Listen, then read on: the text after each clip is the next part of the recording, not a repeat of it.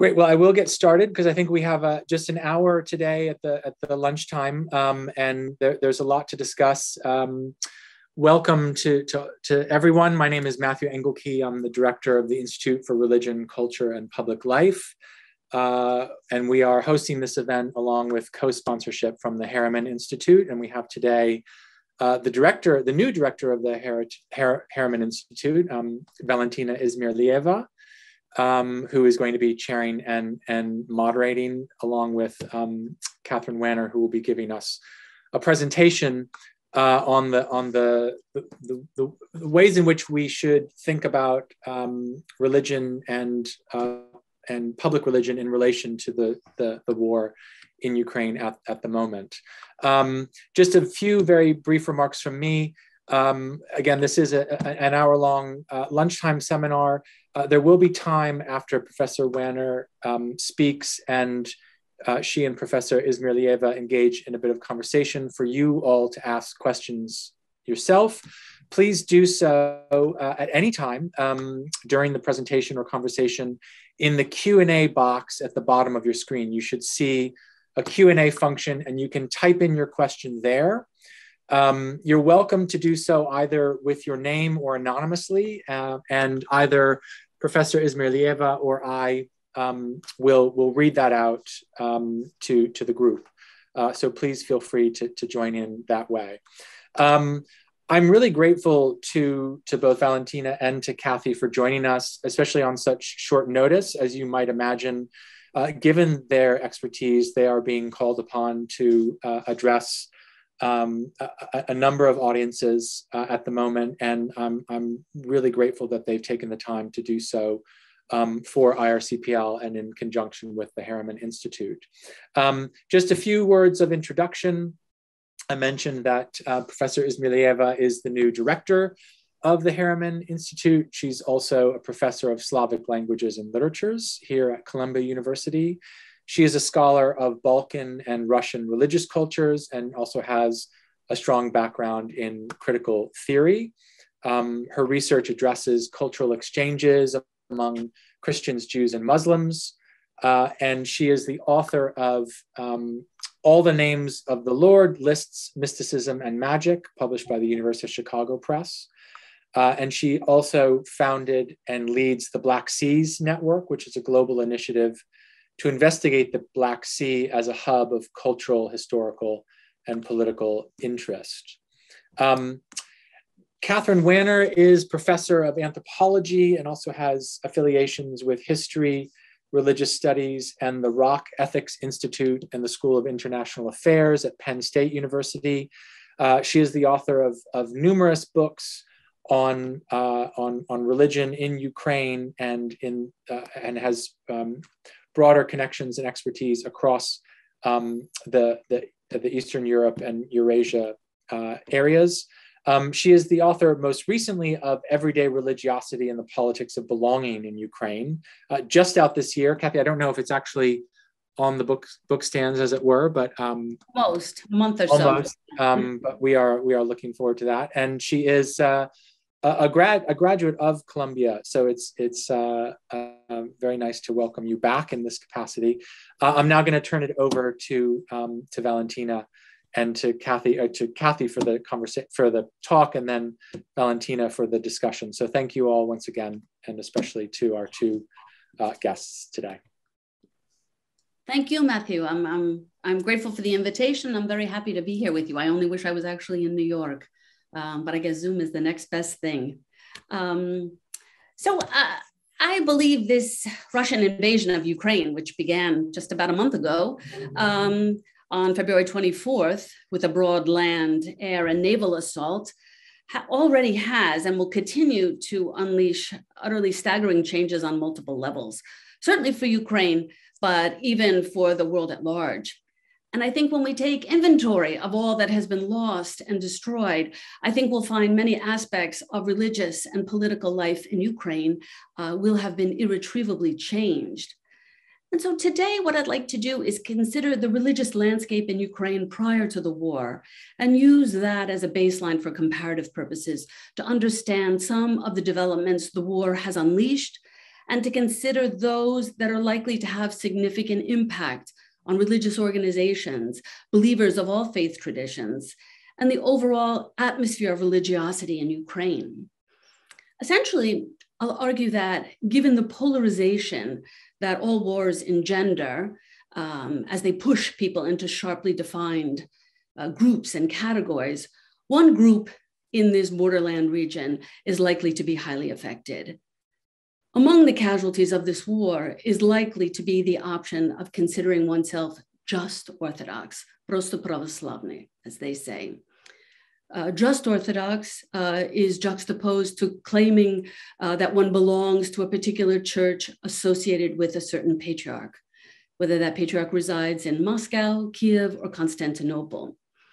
The just Orthodox are a group that embraces a sense of orthodoxy that is distinctly open and porous, and that blends myriad forms of vernacular religious practice. As people choose allegiances among newly remade choices, the religious landscape in Ukraine will be transformed. And I venture to say elsewhere too. So today, I want to focus on this large sector of the Ukrainian population before the war who saw themselves as just Orthodox, and analyze how this group came into being and what's likely to become of them. And I'll end with some initial thoughts on the dynamics that I see driving additional changes in the domain of religion and what we can expect as this tragedy unfolds. And then, of course, afterwards, I welcome your questions and certainly the opportunity to discuss these topics at this very perilous time. I do have a PowerPoint, which I'd like to share with you now, just to get us going. Oops. Can you see that? Let me do slideshow. Can you see that? Okay. Yes, that's great. Thank you, Kat. Okay, so here's just a map of Ukraine before the war, and you can see the disputed territories right here, and Crimea, which was annexed. And then these are the main battle lines these days, the northern part of Ukraine into the eastern, and increasingly on the southern areas. So let me give a bit of background. For those coming to this talk from the Harriman Institute, this will be well known. But for others, perhaps who are more interested in religion and what this war means for Orthodoxy and Eastern Christianity more broadly, it's important to take note of the fact that this war is preceded by three very significant events that began in 2013. One with the Maidan protests that ended with the death of 108 people and the ouster of a pro-Russian president. That was followed literally 1 month later by the annexation of Crimea in March 2014, and 1 month after that with the outbreak of armed insurgency in eastern Ukraine. And with that, a hybrid war began. And this is why Ukrainians refer to the invasion that happened in February as simply an intensification of an ongoing war. The war prior to February 24th, however, was considered a hybrid war, a war of guns, as I wrote here, guns, information, and this war of information, of course, has also intensified. And it was a war of crosses, and this too has intensified. What I mean by that, is that in response to the outbreak of the hybrid war, we had several key developments occurring in the religious organizational configuration in Ukraine. These were in response to the hybrid war. In other words, you have the Ukrainian government taking religion as a soft power and trying to mobilize it in an effort to shore up state sovereignty. Although there had been multiple attempts over years to establish an independent Orthodox church, it really only came to fruition in 2019. And several steps had to occur to make that possible. One, religious life in Ukraine since 1686 had been directed from Moscow. So that initial edict had to be overturned, which it was. A church was then formed from the various splinter Orthodox churches in Ukraine that called itself the Orthodox Church of Ukraine. And then having shifted jurisdiction away from Moscow to the Ecumenical Patriarchate in Constantinople, as they call it, Istanbul, of course, the Ecumenical Patriarch acknowledged by granting a tomos of autocephaly, acknowledged the independent status of the Orthodox Church of Ukraine. And so this was monumental in that it signaled for the first time in over 3 centuries that religious life in Ukraine within Orthodoxy would be directed from Kiev as opposed to from Moscow. One of the reasons why this effort was underway is that by and large, the Orthodox churches are organized on a one nation, one church principle. And this is the reason, for example, why we have the Bulgarian Orthodox Church, Romanian Orthodox Church, and the like. And so after 30 years of independence, Ukraine was able to achieve its own Orthodox Church, the Orthodox Church of Ukraine. This, however, came about with quite extensive involvement on the part of the Ukrainian president. It was very much of a political project to secure this church, and it was really the first step in heightening what has been called the weaponization and even the securitization of religion. So I want to speak a bit about what that means and what that portends. The result of creating the Orthodox Church of Ukraine essentially collapsed what had been the spectrum of Orthodox churches in Ukraine into essentially 2. The Orthodox Church of Ukraine has already approximately 7,000 parishes. Many of those parishes, however, are new parishes that have been built. That number is in significant part thanks to new church construction.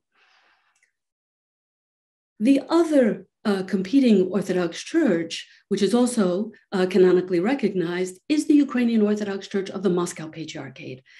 And this is what the Orthodox Church in Ukraine that is in communion with Moscow calls itself. This church has its own metropolitan, but it is under the Moscow Patriarch. This historically has been the single largest church in Ukraine. Most notably, it has over 12,000 parishes.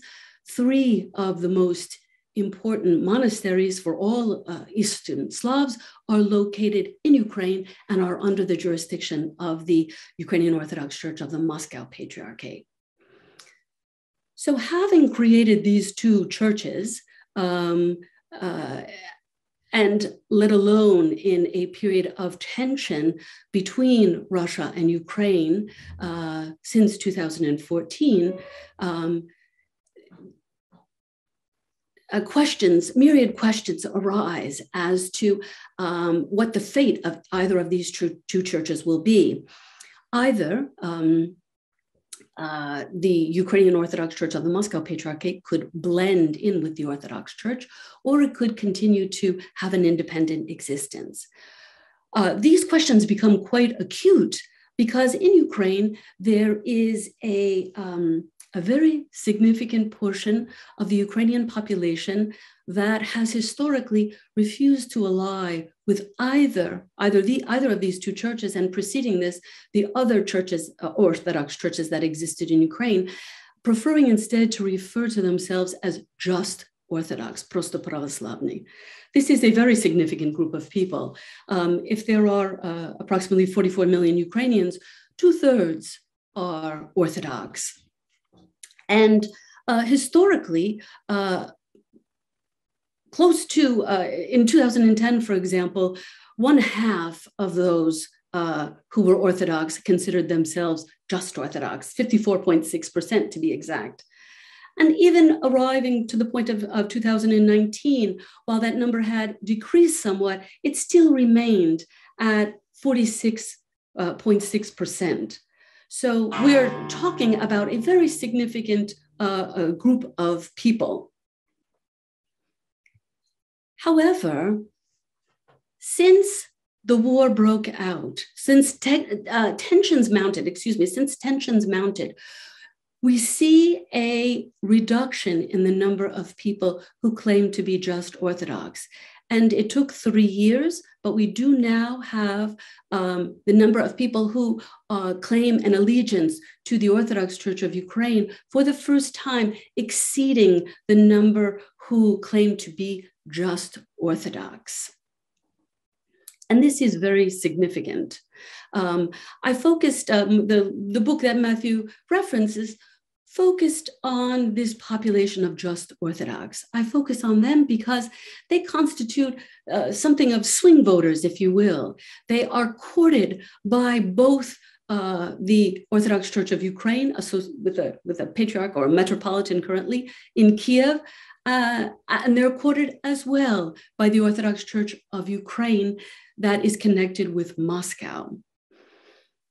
They still remain, even if one says we're looking at about a 36% of Orthodox claiming to remain just Orthodox, we're still talking about 10 million people. So it's still a very significant group. So before beginning to what perhaps might be happening to this group and what are some of the dynamics that might be influencing changes in their allegiances, let's think for a moment about how this group might have come into being. Because this is specifically the group I researched prior to the outbreak of this war. So as an anthropologist, as Matthew mentioned, I do ethnographic research. And that means participant observation and primarily interview-based research. And so when I initially began conducting research on religion, I focused on religious minorities, very often small exotic groups that often lived on the margins of society. But when I shifted my attention to Orthodox believers, I began to focus specifically on this group that calls themselves just Orthodox. I was interested in them because many of them are non-religious. Many are even non-believing, and they are, as you see, non-affiliated. And I found that many of the established categories that we use to study religion did not apply. In fact, some were even outright misleading. Even the word religion itself was problematic. When I posed questions concerning religion, for example, religia, as opposed to faith or vera, I received diametrically very, very, very different opposed answers. Those who identify as just Orthodox perhaps don't form an allegiance to a particular church institution, but they have a very strong allegiance to a faith tradition. And this constitutes a form of soft confessionalism, as I'm calling it, that is based on deinstitutionalized forms of vernacular religious practices. And let me explain what I mean by that. Aside from, for example, funerals, few of the just Orthodox partake in any kind of rituals. Few attend liturgies. Few are familiar with the doctrines of Eastern Christianity. And yet, many partake of what has been called nomadic orthodoxy. That is to say, pilgrimages, processions, and other religiously inspired forms of movement. These kinds of practices often form temporary communities that are quickly assembled for specific purposes and once fulfilled are quickly dissolved. And this lack of formal religious practices and knowledge of formal religious doctrine means that often people who are just Orthodox manifest attitudes that perhaps could be construed as indifferent. And as a result, scholars have by and large labeled this group nominally Orthodox or Orthodox in name only. Those have been two of the tags that have been used. But I'm suggesting that to call them nominally Orthodox is misleading, whereas they might have wavering commitments to a particular religious institution, and they might be highly critical of religious clergy. This should not be equated with nominalism, aversion, or even fossilized indifference. Because when one begins to speak about faith with no mention of the word religion, those that are just Orthodox refer to their spiritual advisor, duchovnik, for example, and the meaningfulness of this relationship. They make references to the illustrious role of Orthodoxy and the role it has played in enriching and defining Eastern Slavic civilization and its numerous accomplishments in the domains of art, architecture, and learning. Alongside criticizing, the profiteering, power-driven nature of religious institutions. And although few might attend religious services rarely, if at all, many pray regularly. They often go to church to light a candle, and they participate in what I call these vernacular forms of religiosity.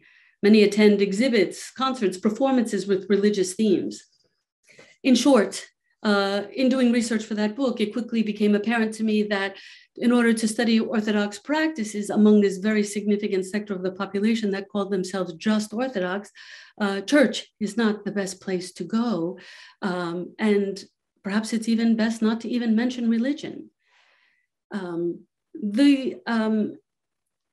the collapse of the USSR, I would argue that there's been a deepening of religiosity at the same time that processes driving secularization continue unabated. And in Ukraine, this leaves in its wake a society that is simultaneously increasingly religious and enduringly secular. And one of my goals is to explain why this is so by analyzing the processes that have produced these kinds of dynamics and events and conditions that enable everyday religiosity and this kind of self-perception as just Orthodox as a means to get at how being just Orthodox or Orthodoxy more broadly has a certain political utility for governance and currently has been, as one says, weaponized and securitized under conditions of war. So the religious practices I observed and the inclinations to engage in them are often idiosyncratic and tailored to individual needs.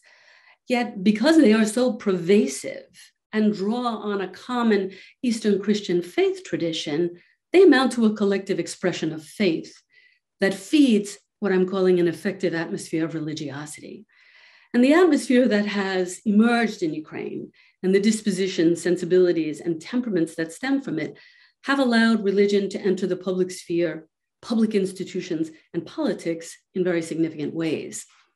And so when an atmosphere enhances a transcendent, forward-looking hope for a better future, it primes the persuasive power of religiosity and makes it a political resource.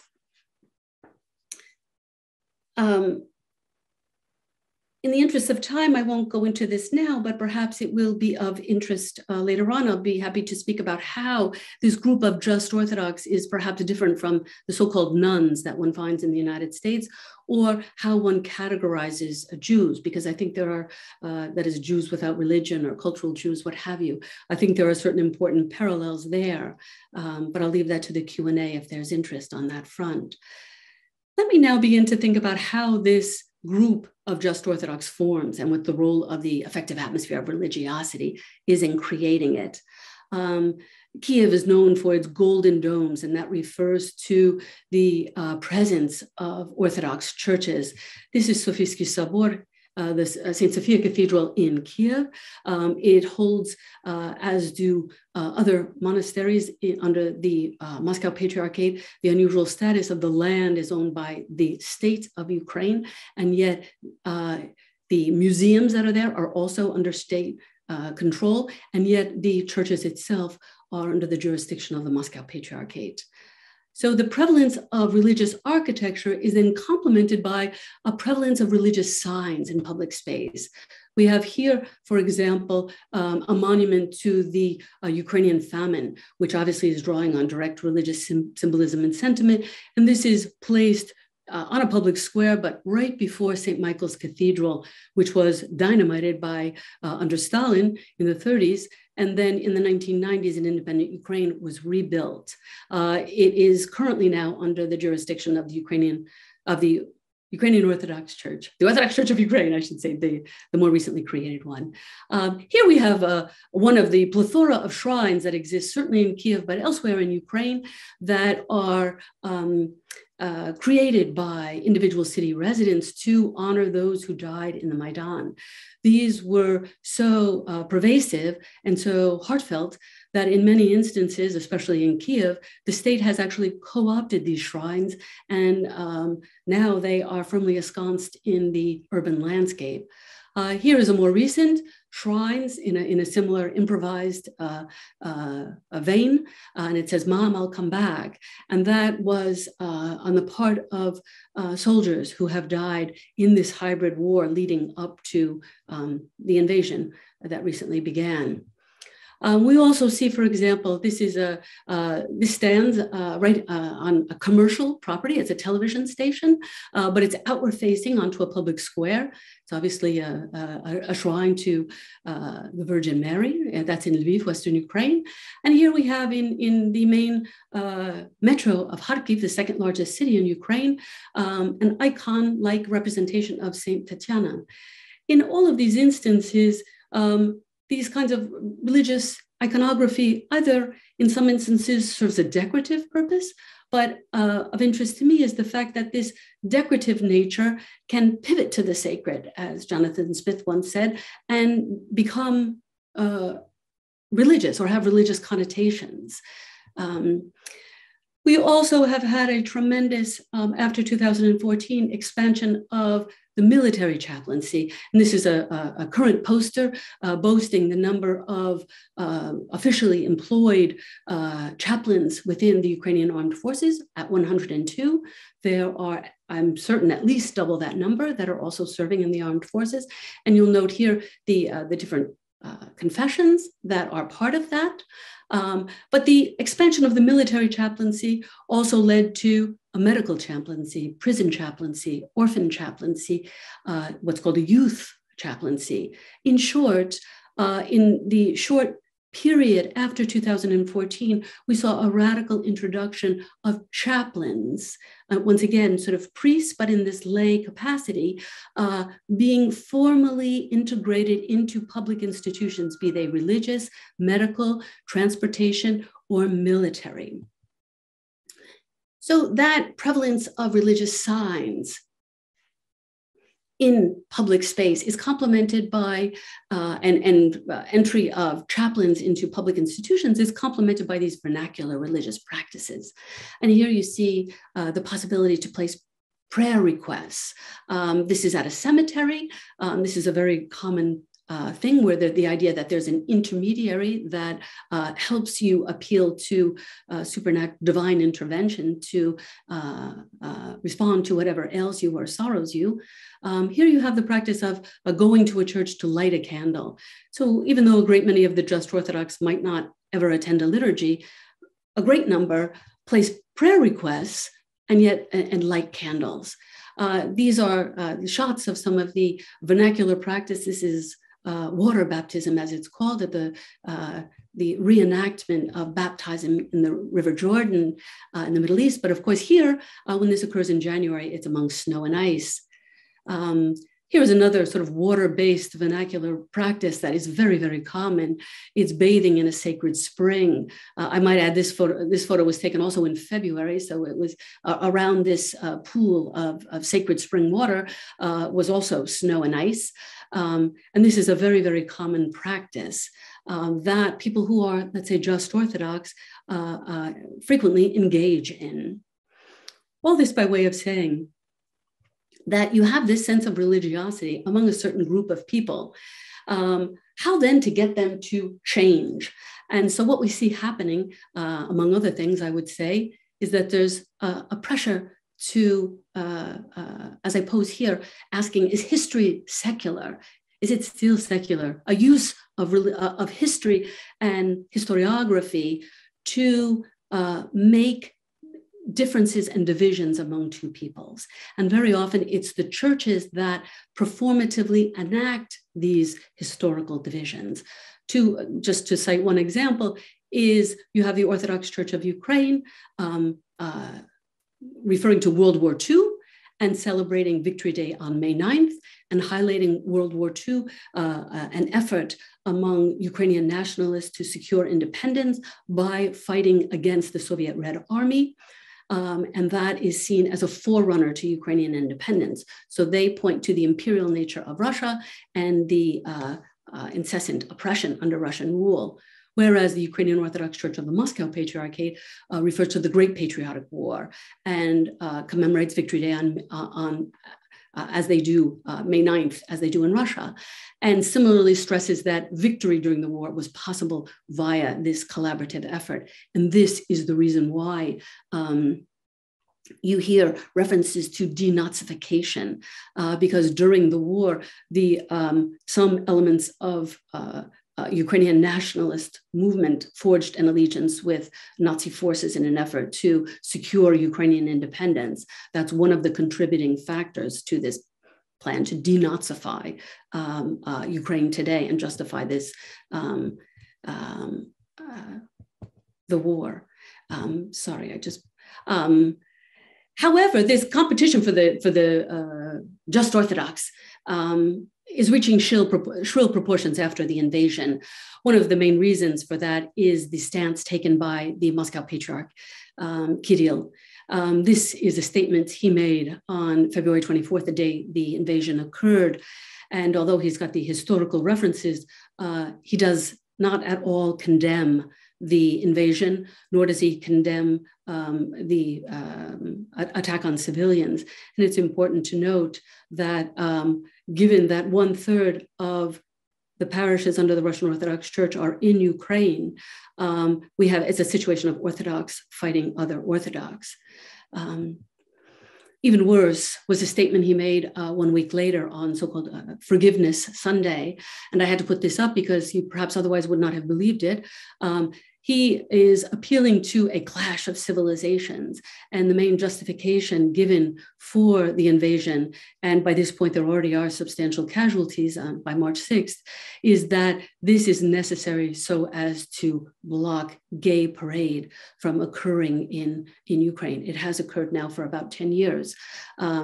And this becomes this rejection of homosexuality as symbolized by gay parade becomes then emblematic of the Orthodox elevation of its new program of what it calls Orthodox conservatism. And this reaches its apex, if you will, this Orthodox conservatism married with militarism in the main cathedral of the armed forces, which was consecrated just in 2020. And here you see it, it's an enormous, illustrious event, structure, I should say. And this militarization, I noted that it's occurring in Ukraine as well, led by the military chaplaincy, but it's in response or in conjunction with a similar dynamic in Russia. So this all leads us to what is likely to occur in this various contested Orthodox landscape in Ukraine today. This celebration of, or lack of condemnation, verging on a celebration of the Russian invasion, but certainly a lack of condemnation of the war, has put the Ukrainian Orthodox Church of the Moscow Patriarchate in an incredibly difficult situation.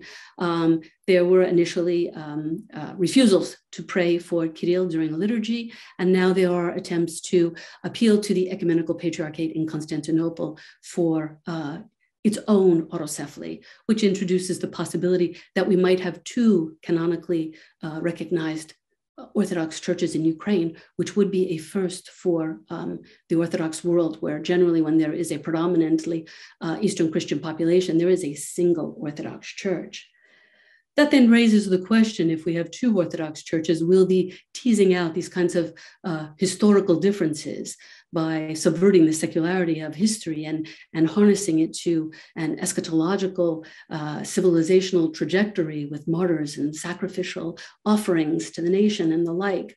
Will that kind of appeal to history be enough to prompt the just Orthodox to choose allegiance to one or the other? I think probably not. And that's the reason why I think, should we have two churches, we're likely to see very substantial theological differences emerging as well.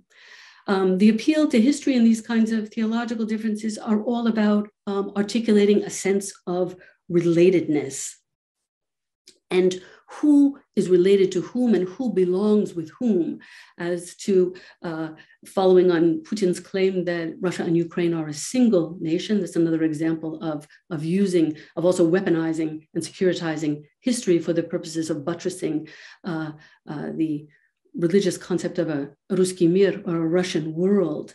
The question then is, will these kinds of differences develop not simply within Ukraine or more broadly within Eastern Christianity, whereby we have a wing that signs on to an Orthodox conservatism and another more moderate wing? And then the question in Ukraine is, given the sharp and swift militarization of society and this efforts to shore up state sovereignty, the propensity for a radicalization and highly conservative forms of orthodoxy thriving there, I think is very, very real. Lastly, to sort of end on a more positive note, even though I think religious institutions can clearly exacerbate tensions, the fact remains that in Ukraine, along with the army, it's church and church leaders who remain among the most trusted individuals and institutions in society. So to the extent that there will be any kind of healing, let alone reconciliation in the distance among Ukrainians first and foremost, but also between Ukrainians and Russians, I think that task similarly falls to religious institutions. So I think we're at a precipice whereby religious institutions can either exacerbate these tensions and expand war into another religious domain, another level, on the level of religiosity, or perhaps increasingly play a positive role in allowing the people of the region to move beyond what are surely going to be crushing consequences of this war. So perhaps I'll end it there, and I welcome comments from Valentina and questions from the audience. Thank you, Kathy. This was very rich and very interesting, and I'm sure that our audiences have a lot of questions. I will begin by asking you to perhaps clarify for those among our listeners today who may not know the larger Orthodox context, what is the significance of the Patriarch of Constantinople in this mix? And the political gesture of realigning Ukrainian church as an autocephalous church to Constantinople as opposed to Moscow,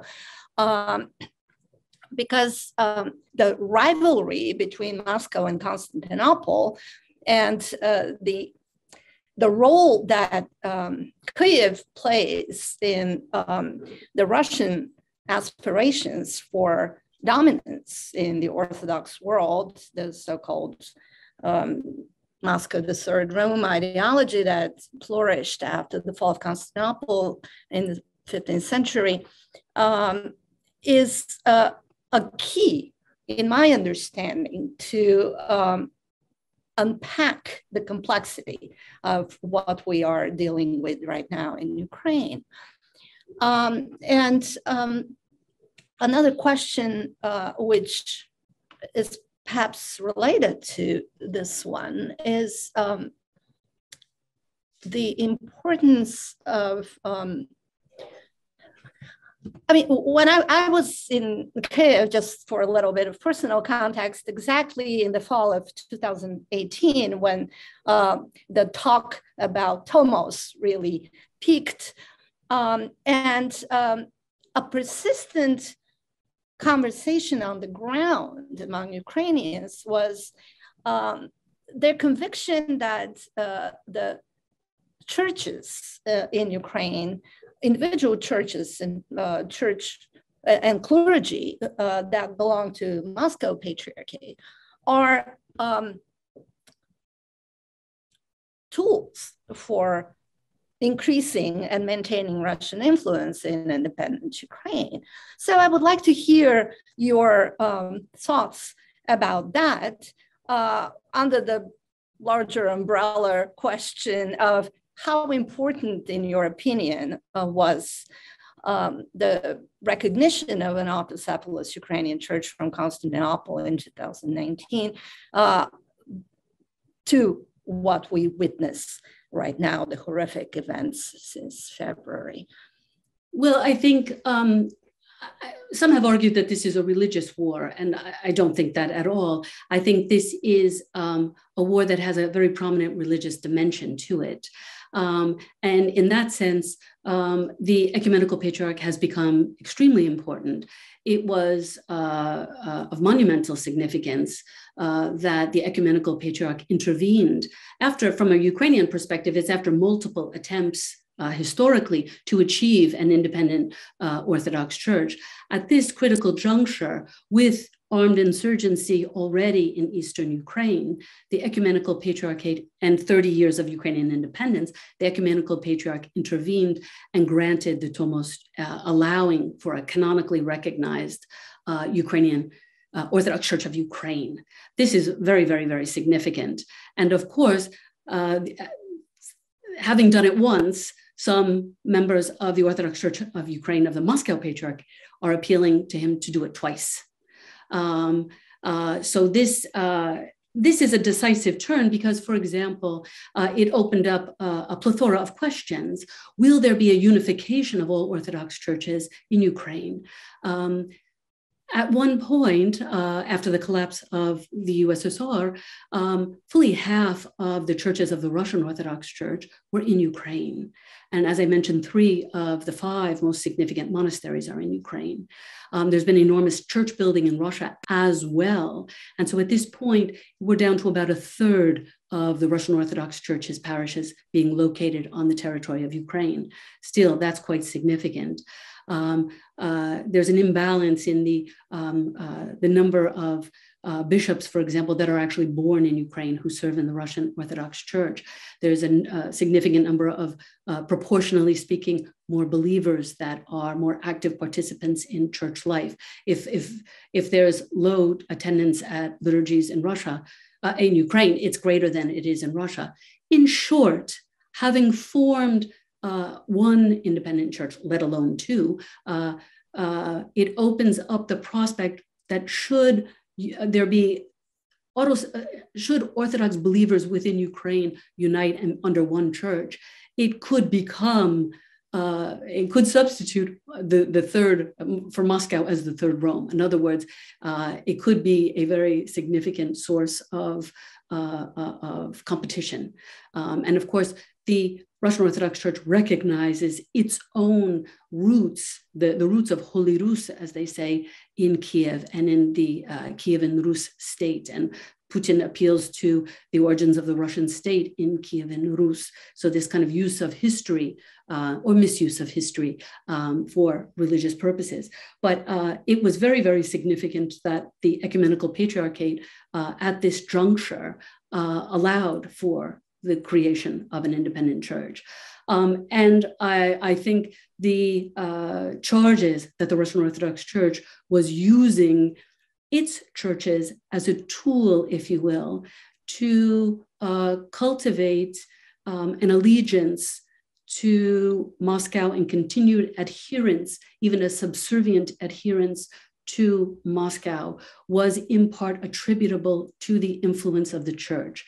And so in an effort to try to transform Ukrainian society, especially many of the just Orthodox. This is, I think, where the investment in Orthodoxy, among other reasons, comes from. They seek to use it as a tool. As I've mentioned, it's sort of growing into a tool that's a weapon, and that's a tool for security.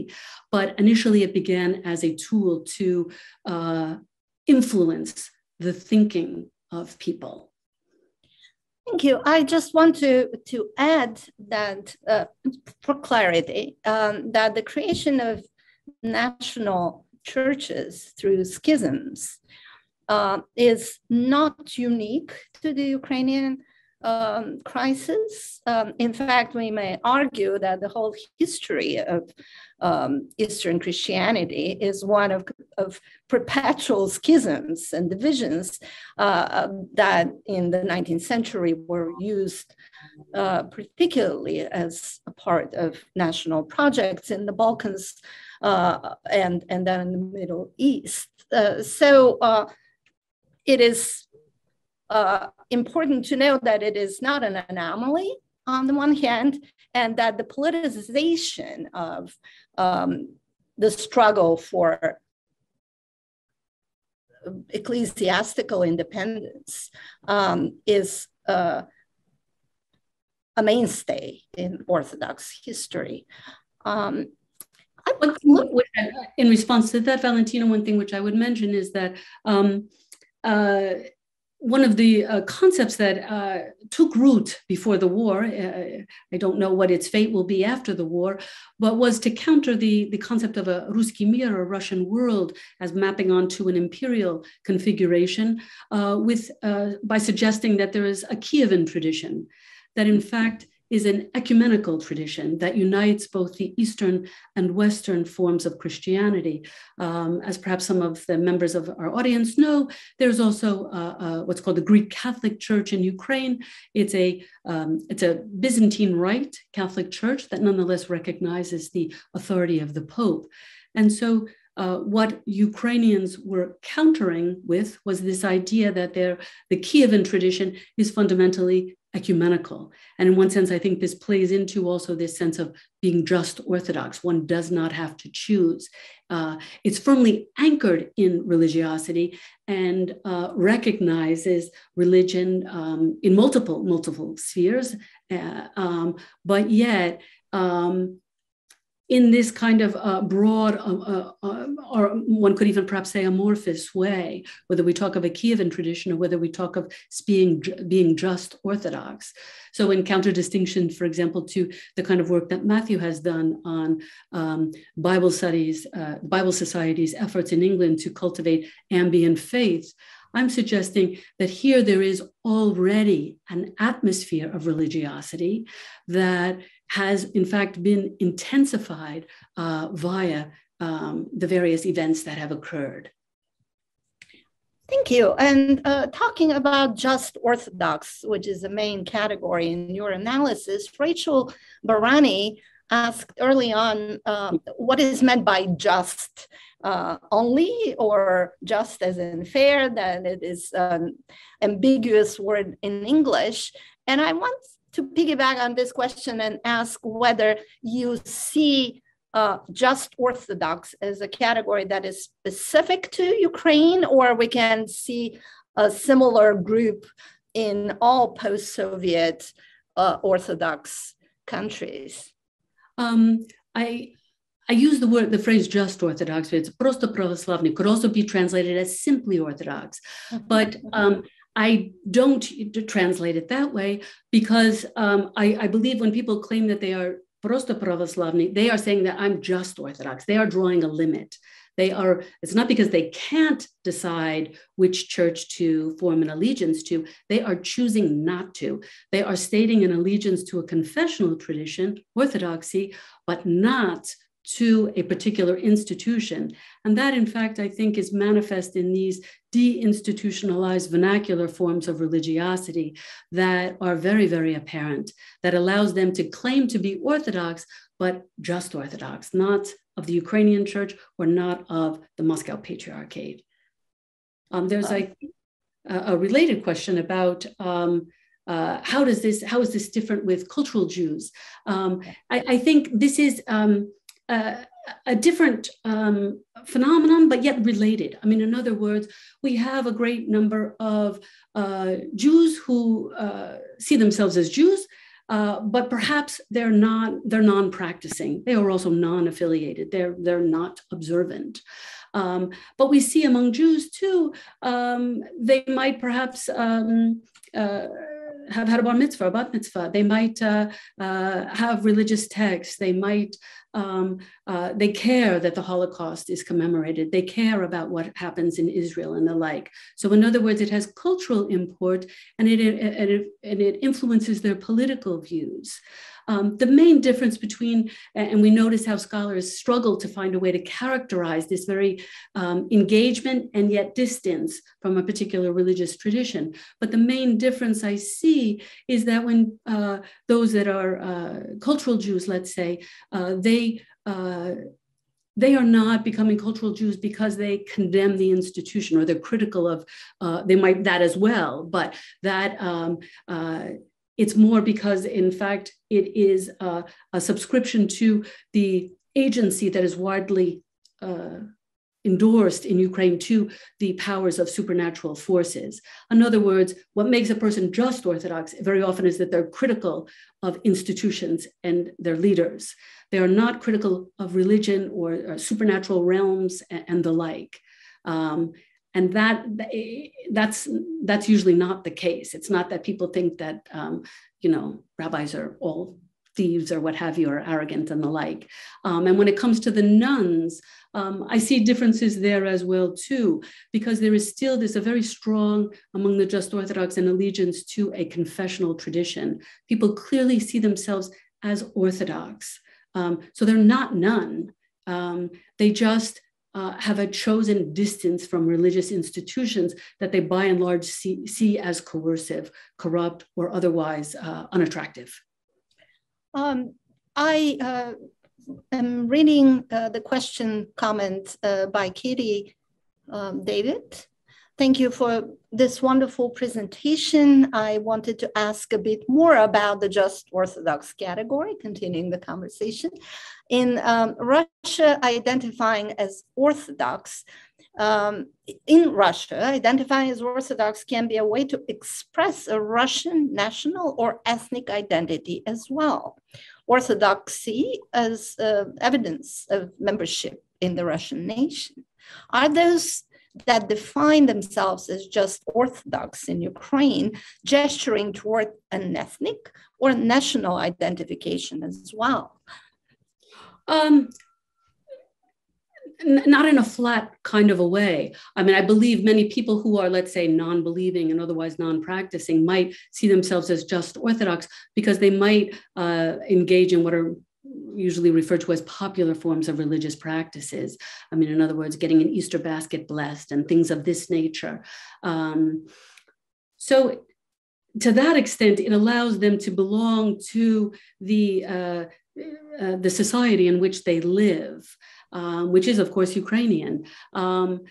I think I see the same dynamic occurring in Russia as well, too. In other words, there's a very close fusion between being Orthodox and being Ukrainian and being Orthodox and being Russian.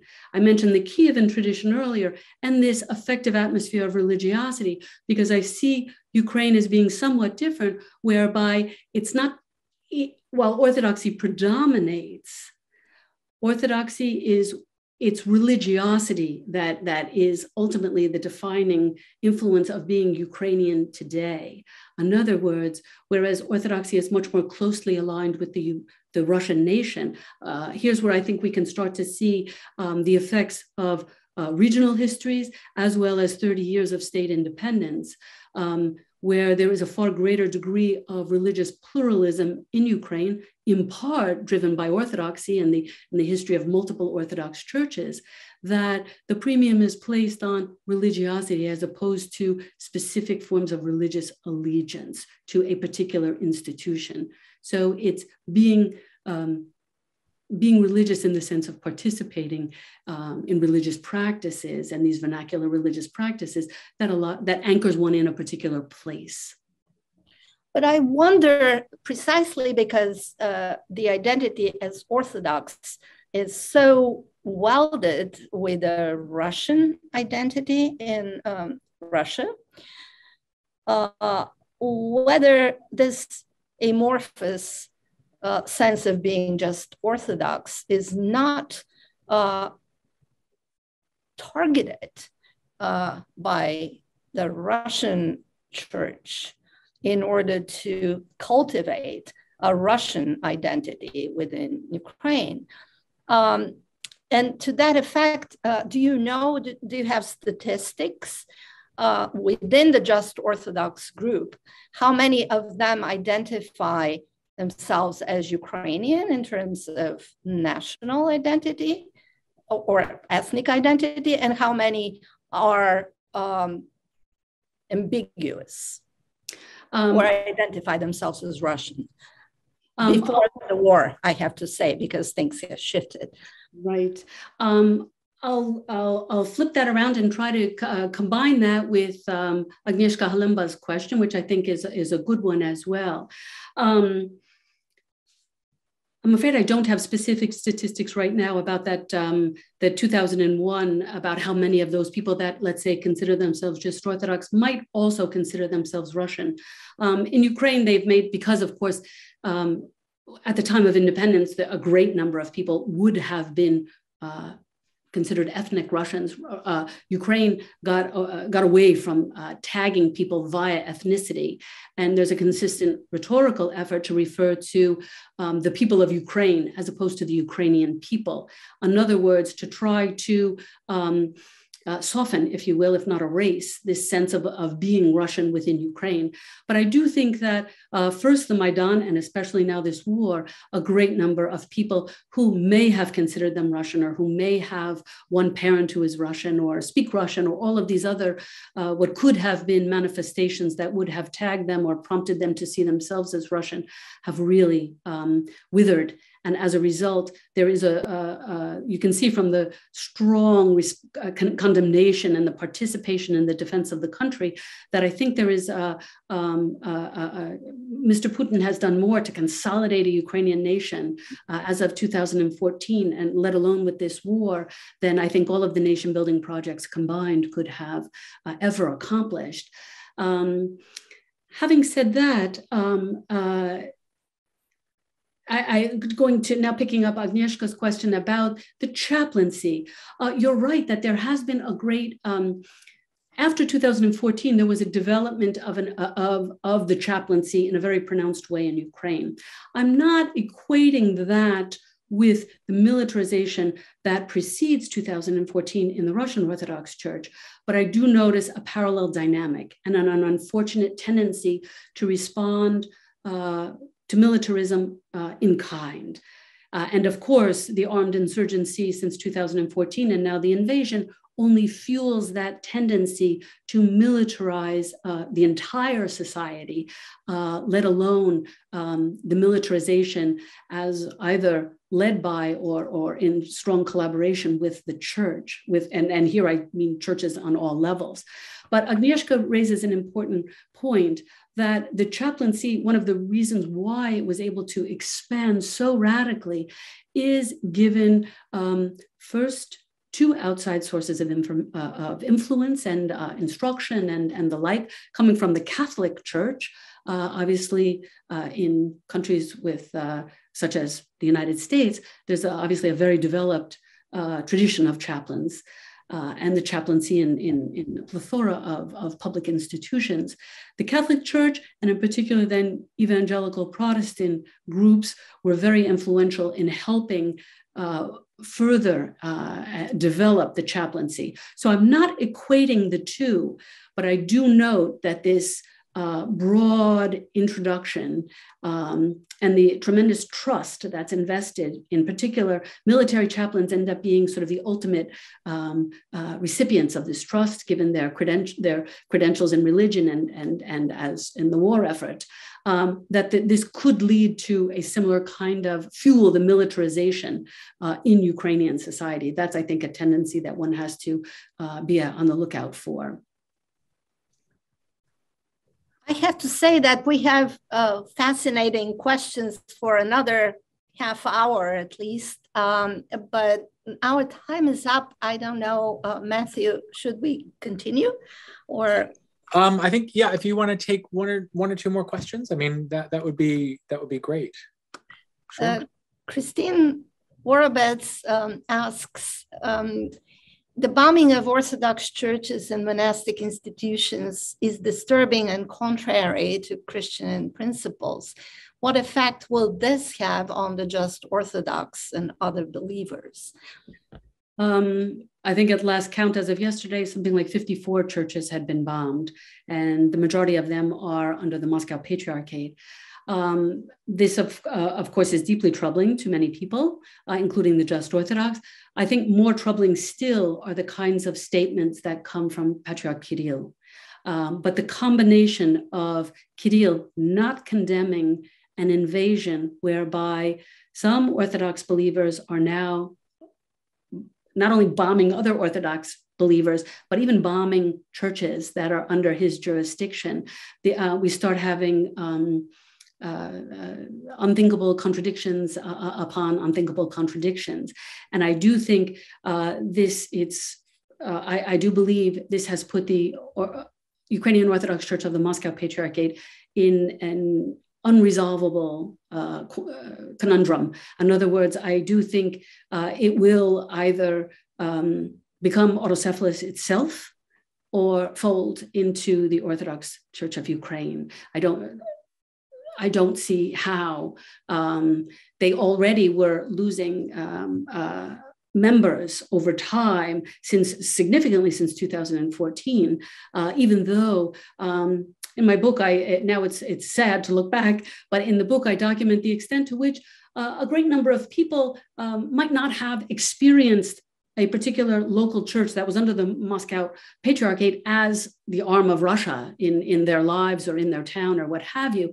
Rather, they associated it with, once again, this idea of relatedness, that it was members of their family that were either married there or helped renovate it, or other kinds of familial connections that anchored them to other people and anchored them to places.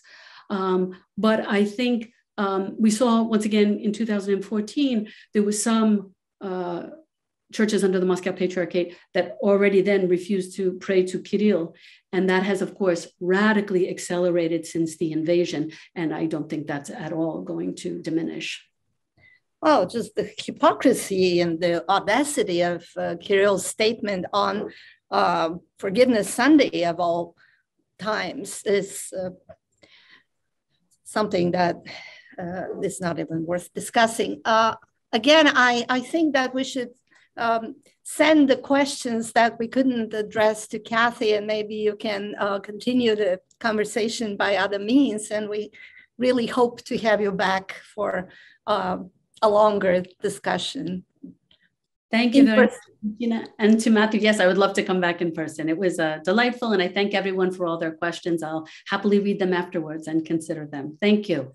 Thanks to you, Kathy, and Valentina, for your expert sharing and contributions, and thanks to everyone for attending. We're glad to see you, and there will be a recording of this available if you know of people who might be interested in hearing on the kinds of issues that Professor Wanner was addressing. Thanks so much.